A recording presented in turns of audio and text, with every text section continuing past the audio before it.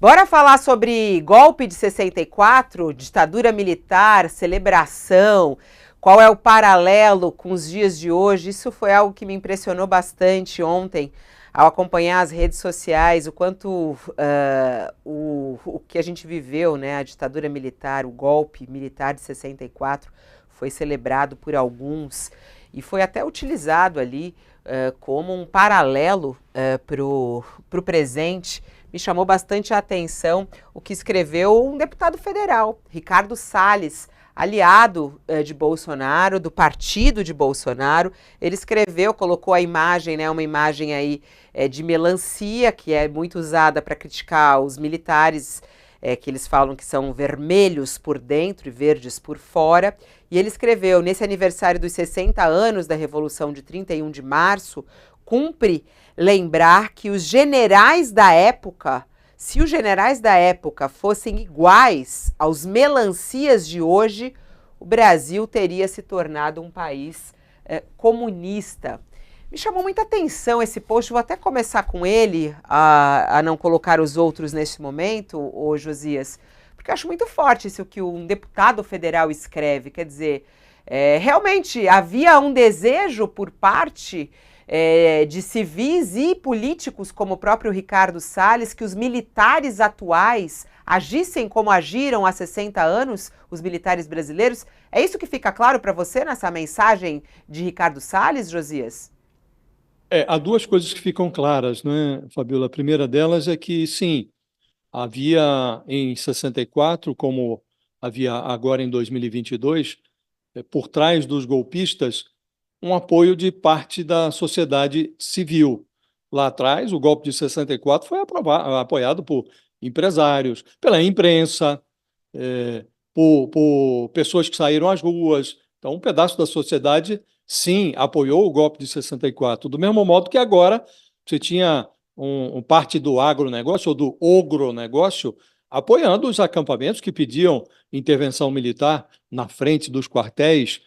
Havia financiamento privado no 8 de janeiro. Os próprios participantes do quebra-quebra do 8 de janeiro, pessoas comuns que foram lá invadir as sedes dos três poderes, muitos pedindo intervenção militar. Então, sim, essa é o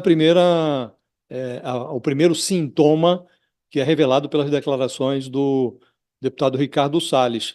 Havia apoio civil em 64, em 2022, para a aventura golpista. E a segunda coisa que fica clara na manifestação do deputado Ricardo Salles é que ele é indigno do mandato de deputado, porque ele utiliza o seu mandato para cuspir em cima da democracia. E, na prática, o que ele está dizendo é que os oficiais de hoje, que ele chama de melancia, que é o apelido que o bolsonarismo utiliza, a pretexto de dizer que certos militares são verdes por fora, mas vermelhos por dentro, portanto, comunistas de alma. Então, ele utiliza esse apelido pejorativo para dizer que os militares que resistiram, e conhecemos pelo menos dois que tiveram peso nessa resistência, o então comandante do Exército, o Freire Gomes, e o então comandante da Aeronáutica, o Batista Júnior, que disseram não quando o Bolsonaro expôs a eles a minuta do golpe. Então, o Ricardo Salles gostaria que eles tivessem aderido gostosamente, como fez o então comandante da Marinha, o Almir Garnier, o almirante Almir Garnier. Como não houve essa adesão, ele diz que, lamentavelmente, o golpe de 2022 não teve o êxito do de 1964. Um deputado que, do alto do seu mandato, prega o golpe assim tão escancaradamente, de fato é um personagem indigno do mandato, um mandato que ele conquistou sob o regime democrático.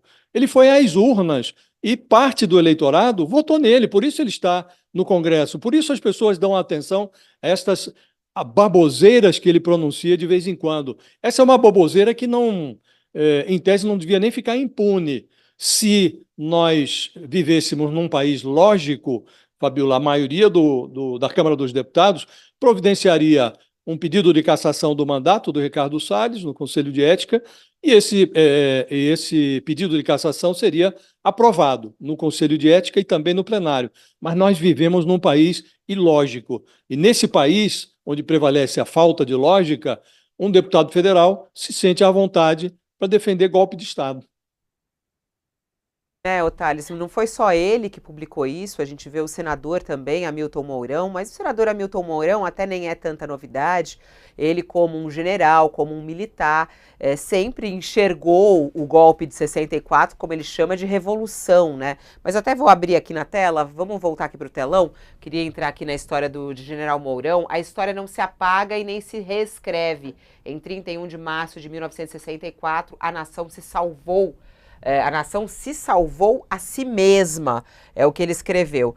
Bom, o que a gente tem aqui, não, aqui é do Eduardo Suplicy. O Bolsonaro, nas redes sociais dele ontem, não está aparecendo aqui agora, não sei se é no Twitter, ele colocou um trecho de uma entrevista dele, depois eu acho que talvez tenha sido no Twitter. Ele colocou um trecho de uma entrevista dele, falando para o Jornal Nacional, e aí ele questionando, que é como até o Josias falou agora, a imprensa, quando ele é questionado por 64. Mas Bolsonaro, a gente sabe que sempre foi alguém que apoiou a ditadura, né, de 64 e sempre celebrou isso, né? Como é que você analisa, Thales, esse paralelo de 64 com agora? E quando há essas postagens, os políticos atuais, sendo que o caso está sendo investigado, pessoas presas, né? Bolsonaro com o passaporte retido e mesmo assim não traz intimidação para que esses políticos sigam celebrando, né, a ditadura e contra a democracia.